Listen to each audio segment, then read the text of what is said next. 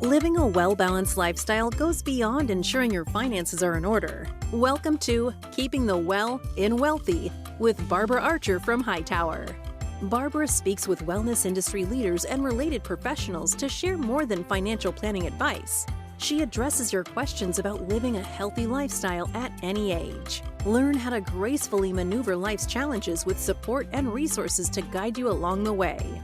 Barbara and the team at Hightower help you make a plan, make an investment, and make a difference in your own wealth and well-being, and in your families, and within your community. Thank you for listening to Keeping the Well in Wealthy with Barbara Archer, sponsored by Hightower. Now, on to the show. Hello and welcome to Keeping the Well in Wealthy with your host, Barbara Archer from Hightower. Barbara, how are you? I am terrific, Eric. How are you today? I am doing fantastic. I am so excited. You keep bringing on amazing guests. You have another guest with you today. How would you like to introduce your guest today? Well, first I'm going to ask some questions of our audience, and then I will introduce her personally. Perfect. Welcome to that Keeping Well in Wealthy podcast, where today we do focus on brain play for sharper thinking. So have you ever had trouble recalling someone's name? Or wondered why you went into a room to get something? Or are you concerned about staying mentally sharp as we age? When someone in the world develops dementia every 3 seconds, we can understand why over 70% of adults say losing their memory is their top worry about aging. So what can you do?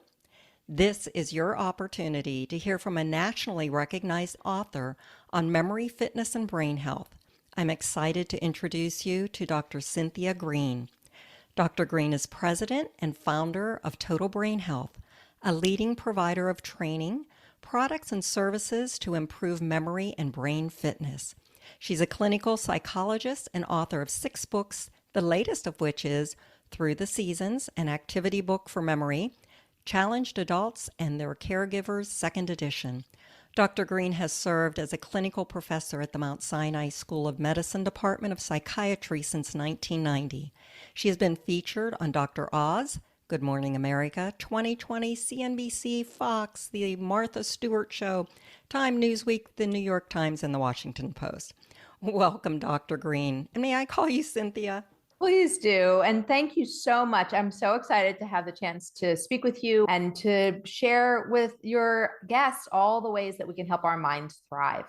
I'm so happy to have you join me to talk about how to help keep our brains sharp and healthy. So, Cynthia, many of us have concerns about our aging brains and the fear of cognitive decline. Can you please share the connection between cognitive fitness and overall wellness? Absolutely. I think that many of us have a pretty good idea of what we need to do to stay well. We know we need to exercise and eat a healthy diet, even though the information about what that diet should consist of might change, it seems, from time to time. We probably know, especially after these last few years, that dealing with stress can also be very important, as well as socializing. But what we don't realize is that the research ties all of those things to better brain health. There's not, the brain health science is actually kind of young, but when we look at what's there and what's confirmatory, so what's been shown again and again, one of the things we can really count on is that being well, participating in things across body, mind, and spirit that we associate with well-being also matters to our brain health. And so from a brain health perspective, what we teach at Total Brain Health is how we can engage across a blueprint of wellness, right? Across different action points that we know from the research tie to keeping our brains healthy, not only in terms of thinking sharp every day, which is what we want to talk about, but also in terms of our vitality, reducing our diseases of the brain, including stroke as well as dementia, and things such as falls, which are serious injuries to the brain that are not that uncommon, especially as people grow older. And then importantly, to stay vital, because we want, to quote another expert in this area, to live long and die short, right? I like that. We want our healthy lifespan to be expansive, and the period of time in which we might experience disease and decline to be truncated at the end of life. And so being engaged in ways of keeping our brain healthy also promotes cognitive vitality, which we need for that longer, healthier lifespan. Of course we do. And I will share with the audience, I have heard your 9 tips for sharper thinking. So you did mention that body, spirit, and mind. And obviously the body, eating smart, moving, living with your brain in mind. Could you address spirit? And I bring this up a little bit because I saw my own mother's mental decline during COVID, partially due to lack of socialization. And I don't know if that's common or if it's reversible or what we can do to make sure from that spirit standpoint, we can do anything we can to maintain that emotional balance. And that's something that is so key to all of us. And so certainly we saw as well, because we support a lot of active aging communities, that in people who are frail, so they were vulnerable already to cognitive decline, that decline was perhaps accelerated because of isolation. But it really is true for all of us. So I was just talking to my son's fiance's mother, who has been really very cautious. She's a primary caregiver for her 92-year-old father who's frail. And so she's still been very cautious. And we were joking, she went to a wedding and how weird it was to be out with people again. And I think that for many of us, it's not that we forgot to socialize, but we didn't really have the benefit of socializing, particularly in bigger settings, for such a long time. And it might be a little bit of a reminder of the intellectual skills that it takes to socialize. Socializing is so good for our brains. It helps us to practice the different thinking skills like attention, thinking quickly, thinking flexibly, right? We have to be nimble in our thinking to stay in conversation. We have to hold the thought that we have while focused on what the person is saying. We have to also remember. And we have to practice things like executive control. So we've all been with people who interrupt a lot. And that is an example of poor control, right? Where we're not really having that go, don't go kind of monitoring of ourselves. And you're calling that executive control? Yes, yes. And problem solving. So there's a lot of things that through socializing, we get robustly a great brain workout. We're also social creatures, right? We're meant to be with each other. We're meant to be with each other for our emotional health in terms of seeking support and solace and comfort and kind of just engagement intellectually as well as socially and emotionally when we are with each other. There was a study that just came out, again, demonstrating the very negative impact that social isolation had during this past time period. And while I personally believe it was necessary to have a better control over a pandemic with a virus that was unknown, right? In terms of the long-term consequences, it was one of the best ways to control the virus at the time. But nonetheless, it's still a good case study from our perspective, looking at the impact of social isolation. And so now we all need to do what we can. Well, that's terrific.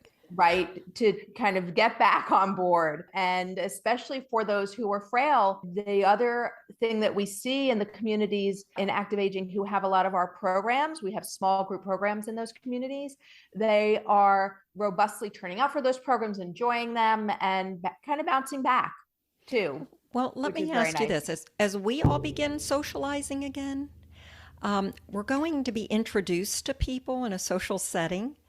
Do you have any recommendations on how to remember someone's name? Because I don't know about you, but there have been times I've been introduced to 3 or 4 people.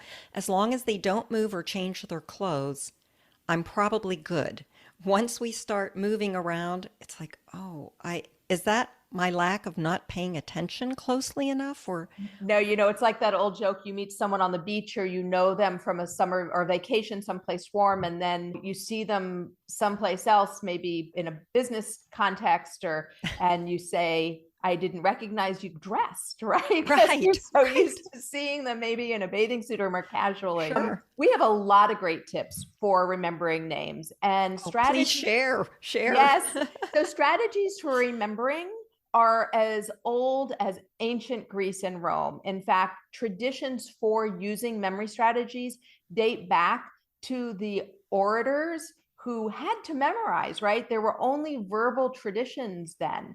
So Okay. a lot of things, and religious texts also were passed down orally. So they developed very actually more complex memory systems to help remember. Today we can use simpler strategies. So we don't have to remember, a 3-hour speech by heart. We have teleprompters and notes. But what we can do is, for your example, if we want to remember a name, we can do some simple things. So, Okay. for example, we can repeat the information.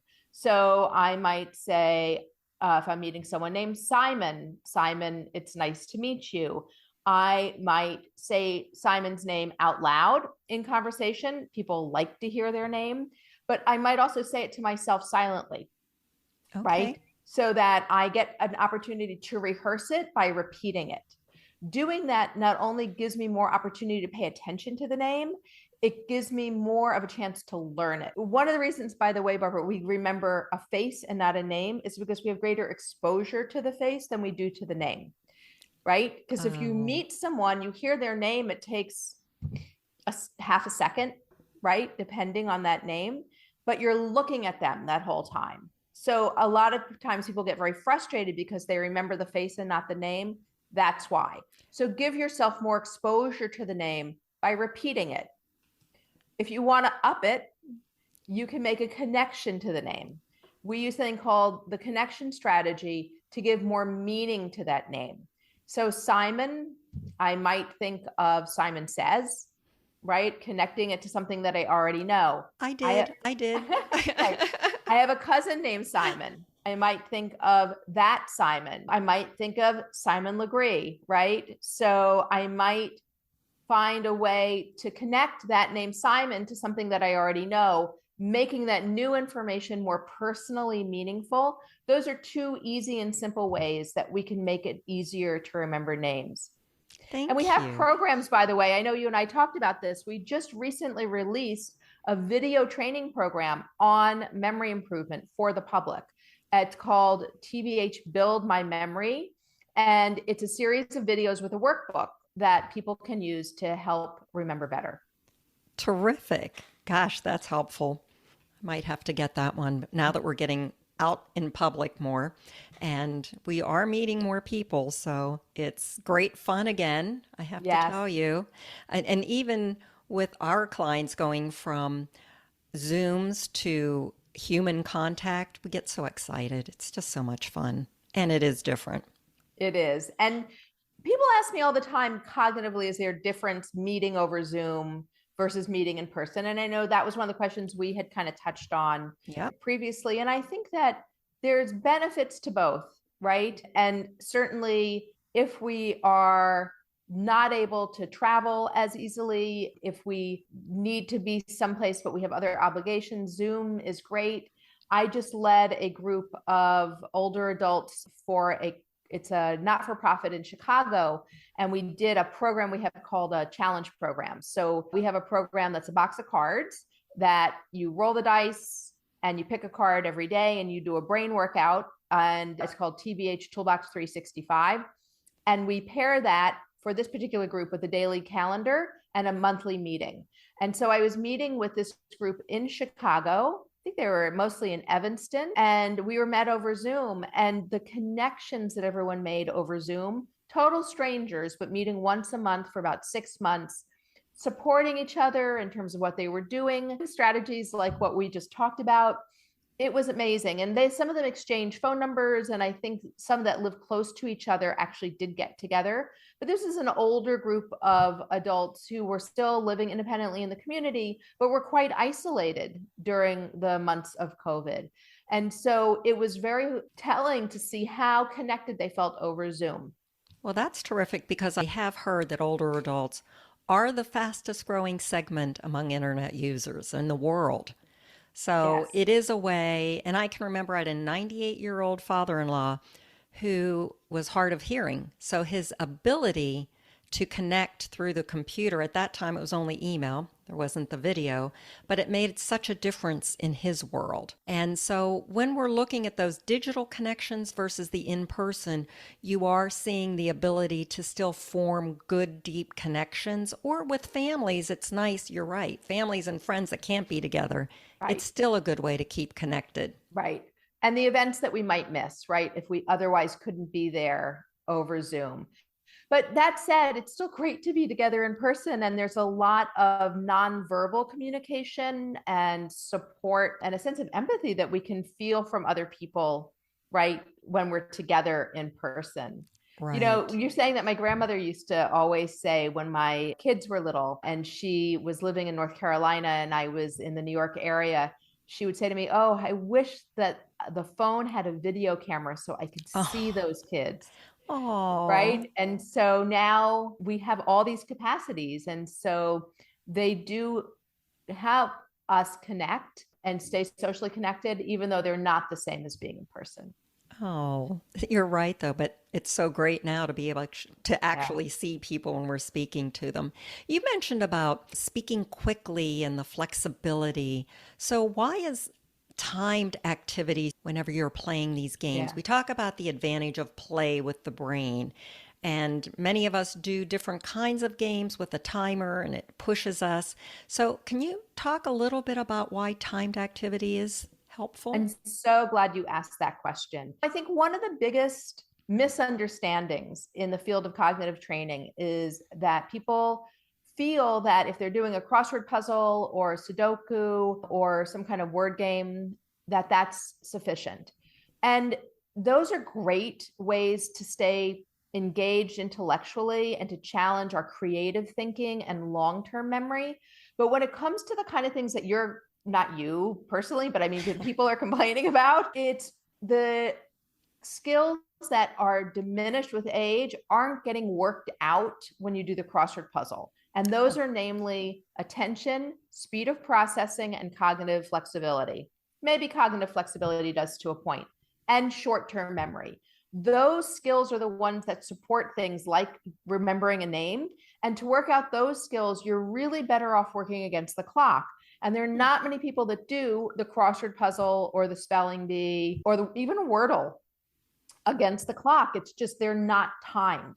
So when the mini puzzle's timed, by the way. The mini puzzle is timed. And so that's a great option, right? And for those of you that don't subscribe to the New York Times, that's what we're talking about. But you can set a timer to those activities. But what I really love to encourage people to do is to add to their cognitive workout something that makes you play against the clock. Because when you play against the clock, you are forced just by that play to work out those very cognitive skills. You have to pay attention to do well. You have to think fast because you're playing against the clock. Generally, those kinds of games force you to be flexible in your thinking. And the problem solving that you have to do, you have to kind of jump around. And a lot of times they might involve short-term memory. So look for things that you play against the clock. And, you know, there's lots of ways to play with your brain. And I love the fact that you kind of wanted to focus on that, because taking care of your brain should be fun. It shouldn't be some drudgery that you have to do. In the same way that I hope you enjoy exercise, you should enjoy taking care of your brain. So the idea is that it should be something that brings a full workout to your thinking skills and to the thinking skills that support memory. And to do that, you need to do something that forces you to think fast. So is your TBH Toolbox 365, that's kind of a game, isn't Yes. it? It's kind of play. Yeah, And are we called on to use different parts of our brain? Yes. With each different card, or how? Yeah. Explain how that works. Yeah, and I'm sorry, I meant to, I'm like sitting in a different room. I don't have one here to share. I have one actually across my room too. Ah. I should have brought it up. Sorry. That's okay. So it's a box of cards. It's a beautiful box. It is. We're really thrilled with the design. It's kind of a very fun, but not dumbed down kind of design, right? And it has in it 100 cards that have repeatable workouts. And it comes with a dice and a timer. So you can play on your own.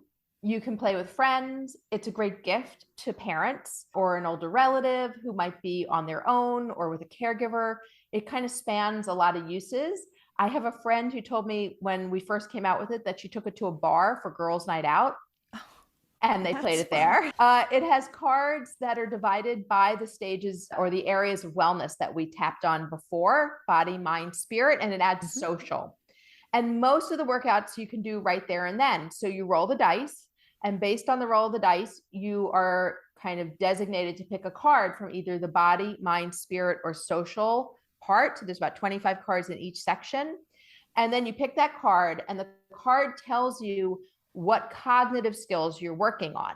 So some of the skills that I mentioned, right, like attention and processing speed, but also other skills like problem solving, verbal skills, visual skills. So you know what you're doing. It gives you a brief explanation of the science behind the workout. And then you get a workout to do. You get directions for a workout that you can do in about 10 minutes. And they're repeatable. So if you get that same card again, say 3 months later, you have a different way of doing that same workout. So it's been really a popular item. We've been super happy with it. And yes, it gives you a great way to play with your brain and to play with other people as well. That's terrific. So one of the other questions I had is the connections. I've seen this in my mother's community, the connection with music or aromas to memory. And what's that about? It's so interesting. They're different, right? Because they are understood in different parts of the brain. So let's take aromas, because that's the olfactory bulb. And in fact, the olfactory bulb is part of the reptilian brain. Not me, that's not an original term, right? But it's part of the very kind of more primitive part of our brain, which makes total sense, because if you think about survival and how we survived as a species, we used our sense of smell to alert us to danger, to when something might be poisonous, to smoke, right? To all of those things. And so that olfactory sense is a very primitive and very important sense, and it's tied to memory, because we had to remember what smoke smells like in order to know that it was dangerous. Right? So there's a lot of the neurotransmitter that is responsible for memory, the cholinergic neurotransmitter, kind of concentrated in the olfactory bulb of the brain. So what's really interesting is that we can use scent to then help us evoke memory, right? And to help us remember. And I have a colleague, someone I know, who has a company where she has started to use scent. That her background was in the perfume business, and she started to use scents for people with dementia, right? To help evoke memory. And it's interesting because, of course, one of the first things that we see in dementia is a reduced sense of smell because of the reduction in the cholinergic neurotransmitter, right? So I had no idea. So often it can be harder for someone with dementia to smell. So using strong scents. So we have some similar workouts in some of our programs in communities for people who are living with dementia. And we will select scents that are quite strong, right? Like pine, for example, where it might be something that is easier for someone to smell. But smell can be used in that way therapeutically for those who are living with dementia. And it can be used for us to pair for memory, right? But it is something that we also tend to hold on to. I think that's what you're getting at, right? When we have, it's kind of like Proust and the Madeleines, right? When we smell something, one of my grandmothers wore Ginate, and when I smell Ginate, even though she has been gone for over 20 years, and as I say that, I'm sure there's a lot of people listening who are going, oh, right. I remember what that smells like. And I can identify specific ants when I smell, and who are long been gone, when I smell particular perfumes. Oh, that was Aunt Dia, that was Aunt Rose, that was Aunt Helen. So it is funny that how we go back to that. Yeah. It's also a good call out for having a signature scent, right? Oh, yes, you're right. So But that will be remembered. right, exactly. But you also asked about music, and music is the same way. And it's a really interesting thing. There are many folks, including us, who use music therapeutically for those who are living with memory challenge. And there does seem to be an ability of the brain to recollect and connect to music, even though other aspects of memory may be impacted. And I think that's a great thing to know. Also, if you're someone who's caregiving or a family member of someone who's living with dementia, music can soothe, music can connect. I once taught the book you mentioned, Through the Seasons. When the first version came out, I went and did a lot of visits to caregiver groups. And there was one son who only could talk to his father over the phone. They lived long distance. And he contacted me after we talked about music to say that he had spent the next phone call, which was always very difficult, with his father, who was pretty kind of not very verbal at that point, singing old songs that he knew his father had enjoyed. And the father joined in and was singing with him. And it was touching to him that he found this different way to connect. So music can be a very powerful tool. That's so sweet. You and I had a short conversation also when we talked about play and people that play with their pets. So tell me a little bit about pets and our brain health. I mean, I think pets can be an incredible source of emotional support. And many of us have pets that are very beloved. But it's funny because there's a lot of things pets get us to do also that we don't appreciate. So many of us who have pets exercise with our pets. Right. Walking. Right. I just walked my dog. Now, I may not walk my cat, but I might play with my cat, right? I might get on the floor and play with the cat. I also know that you have to kind of caretaking requires some intellectual engagement, right? So you have to track things and be aware of things that you wouldn't otherwise. And then there's that emotional bonding, right? That spiritual support that comes from being with a pet. So there's many ways in which pets reward us and can reward our brain health. What other games can you come up with that we can play with to make our brains smarter? So I have a lot of favorite games, as my family would love to tell you. And so just a few, let's just knock off the computer games for a second. So please. There are benefits to the brain fitness software, but rather than thinking of it as brain fitness software, when in truth, we know from the research, what really helps your brain is living well, think of it as skills training software. And the way I like to place it for people in the kind of constellation of brain health is that it helps you train your thinking skills in the same way that a personal trainer might help you train physically. You don't necessarily need it, but if you want something that will hold you, accountable, and that will also maybe make things harder than you might on your own once you get better, right? Then that brain fitness, does it keep pushing you to go to the next level, right? Yes, so you don't get lazy. Which we may not do for ourselves, right? And so that is a great reason if you want, they mostly do cost money. So if that's something that you want to invest in, that's their purpose.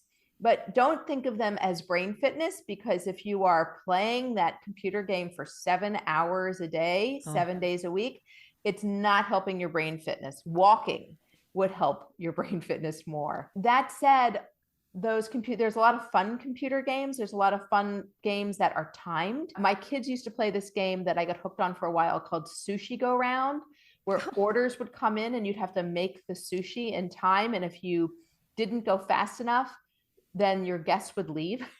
Oh, that's great. You wouldn't get paid. And that you also had to keep the ingredients. So at the same time that you were making the sushi, when guests came in to order, you had to make sure you had all your ingredients in the back.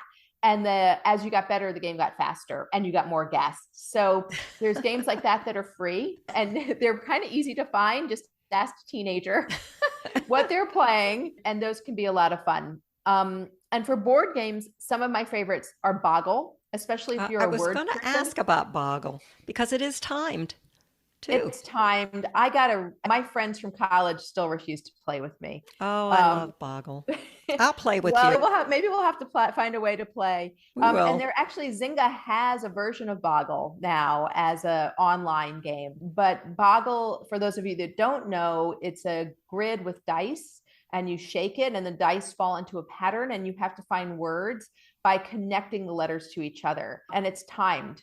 And you can even play by yourself, by the way. You don't need an opponent, and you can just see how many words you can find. And also there's a great game called Set, S-E-T. Yes. Oh, that's tough. And it's actually based on a famous neuropsychological test. And so to play Set, what you do is you lay out a grid of cards. I was just talking about it last night. I can't remember. I think it's 12 cards. And you have to find the cards have shapes like triangles and circles and colors, and there are different colors, and there are different numbers of those shapes on the card, and you have to find a set of 3 cards that has only one of those characteristics in common. So either they have the same number items, the same color, or the same shape, but they can't have then the other characteristics.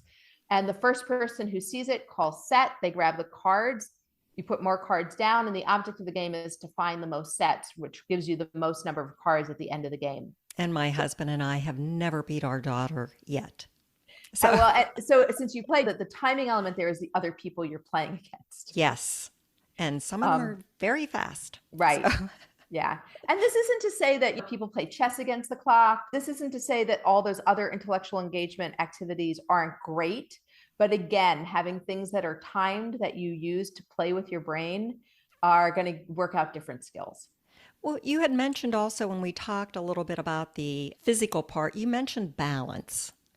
And so what's that connection between the brain and our sense of balance? It's not just physical then? So, well, it is physical, right? But it is also controlled by our brain. There's a lot of what you might consider more soft lifestyle factors that matter to our brain health that we don't necessarily think about. So most people will think about their exercise and their diet, but they may not think about things such as sleep or risks such as hitting your head. So balance matters to that, right? And I think what we might have also talked about is that as we grow older, we're at greater risk for hitting our head from falling or tripping and ending up in the emergency room with a head injury. And head injuries are a serious form of brain injury. So it's very important that, number one, especially as we hit our middle age, that we start to incorporate exercises to help us maintain balance. And that is also important because we are continuing to do things like skiing or biking or hiking that really require us to have good balance to stay safe. So we want to make sure that we can completely, engage in these activities to our heart's desire, and incorporating balance exercises to stay safe doing them is really important. The other thing I'll say for those of us who have older parents, that we need to also be sure that we reduce tripping hazards, because as we grow older, our vision might change. So we might not be able to see as easily when the corner of the carpet is rolled up, or if there's a small table kind of in the way in a natural kind of path, right? Where we might have, other people might see it out of the corner of their eye and walk around it. The other thing is we need to make sure lighting is very good in stairwells or hallways. Oh, you're right. No rugs, good lighting. Yes. And moving the clutter out of the way. Right. Moving the clutter out of the way and not leaving clutter around, right? Not putting the umbrella down, right? In the floor. Because the other thing that it's interesting, the older eye doesn't actually allow the light in. Right. And so it's not a cognitive issue, it's a perceptual issue. And so brighter light will make it easier to see depth on the stairs, for example. And so these are just some of the ways we can protect our head. And that's really what the balance is about, doing things to protect our head from injury. Thank you. Well, I know we're getting close to the end, so I'm listening to all of the good advice you have and some of the summary of the suggestions for obviously playing and keeping our brain sharp, so eating healthy and keeping moving, maintaining emotional balance and socializing, and taking part in brain training and games to sharpen skills and stretch your mind, and what I've really learned today, timing it. So I'm going to push myself for that. And I appreciate you sharing how to remember people's names a little better. I'm going to work on that myself. So you remembered all of that perfectly. That was great. There's just a lot to remember. I wish I had time to talk more about this. But Cynthia, in closing, can you please share with us how you keep your well and wealthy? Thank you. I know everything I should be doing, but like everyone who's listening, it's not easy all the time to do it. And even though I might be committed to taking better care of myself, I, like everybody else, have things that come up that get in that way. I probably work a lot of hours and I have, other demands on my time. So the one thing I really try to commit to is to exercise and to make sure that I get exercise, even if it's just going for a walk with my dog, by the way, during the day, to get up from my desk, even though it can be hard to leave sometimes, to make sure that I get to exercise, like to just get up and walk around as some extra steps in my day. And then the other thing is, I would say that I really look to do exactly what we said, to play against the clock, to do things that make me think fast. And to, even if I end up just doing that for a few minutes every day, at least I know I'm challenging those skills, because I really think that that is one of the best ways that we can manage those thinking skills. And I know how important those are to memory and to long-term vitality. Well, thank you, Cynthia. And thank you for sharing your knowledge on keeping our brains healthy and sharp. Well, I certainly encourage everyone to check out those resources. This has been fantastic. Dr. Green, thank you again so much for being here and sharing your knowledge. Barbara, of course, thank you so much for facilitating this and hosting this show. This is amazing. I love it. And of course, our last thank you goes to you, the listening audience. Thank you so much for tuning in and listening to Keeping the Well and Wealthy with Barbara Archer. If you have not subscribed to the podcast yet, please click the subscribe now button below. This way, when Barbara comes out with a new podcast, it'll show up directly on your listening device. And we humbly ask that you share this podcast, rate it, and leave a review, as this actually helps others find the show. Again, thank you so much for listening today. For everyone at Hightower, this is Eric Johnson reminding you to go out in the world and make a difference. And we'll see you next time. Thank you for listening to Keeping the Well and Wealthy with Barbara Archer, sponsored by Hightower. Click the follow button to be notified when new episodes become available. The information covered and posted represents the views and opinions of the guest and does not necessarily represent the views or opinions of Hightower Wealth Advisors. The content has been made available for informational and educational purposes only. The content is not intended to be a substitute for professional investing advice. Always seek the advice of your financial advisor or other qualified financial service provider with any questions you may have regarding your investment planning. Hightower Wealth Advisors is a group comprised of investment professionals registered with Hightower Advisors, LLC, an SEC registered investment advisor. Some investment professionals may also be registered with Hightower Securities, LLC, member FINRA and SIPC. Advisory services are offered through Hightower Advisors, LLC. Securities are offered through Hightower Securities, LLC. This is not an offer to buy or sell securities. No investment process is free of risk, and there is no guarantee that the investment process or the investment opportunities referenced herein will be profitable. Past performance is neither indicative nor a guarantee of future results. The investment opportunities referenced herein may not be suitable for all investors.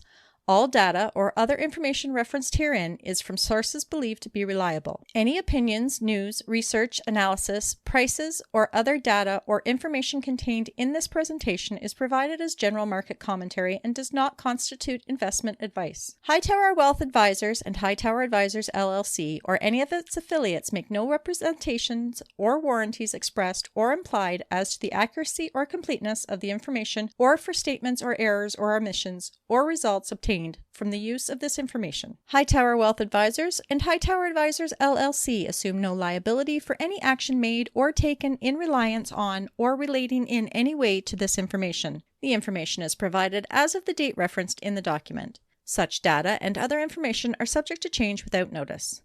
This document was created for informational purposes only. The opinions expressed herein are solely those of the authors and do not represent those of Hightower Advisors LLC or any of its affiliates. Hightower Advisors LLC or any of its affiliates do not provide tax or legal advice. This material is not intended or written to provide and should not be relied upon or used as a substitute for tax or legal advice. Information contained herein does not consider an individual's or entity's specific circumstances or applicable governing law, which may vary from jurisdiction to jurisdiction and be subject to change. Clients are urged to consult their tax or legal advisor for related questions.